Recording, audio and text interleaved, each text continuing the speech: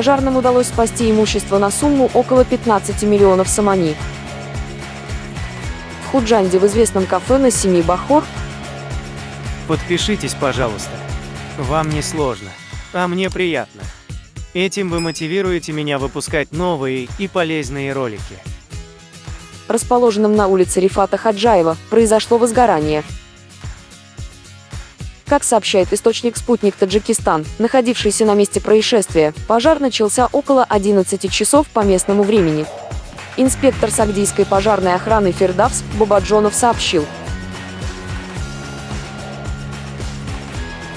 что пламя охватило площадь в 160 квадратных метров и был потушен пожарными.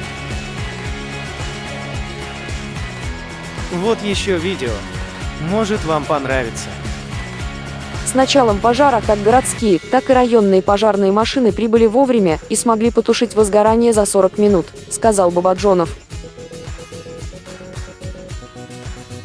По словам источника, трагедия могла произойти из-за незатушенного окурка в месте для курения.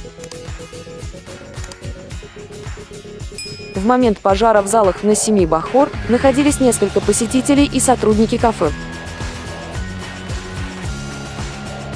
которых вовремя эвакуировали в безопасное место. В результате ЧП никто не пострадал. В настоящее время проводится подсчет ущерба. К счастью, персонал и посетители кафе не пострадали, сказал Бабаджонов.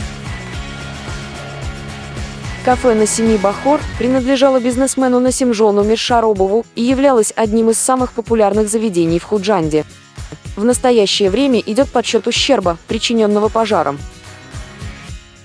Это происшествие стало первым в 2022 году пожаром в Худжанде.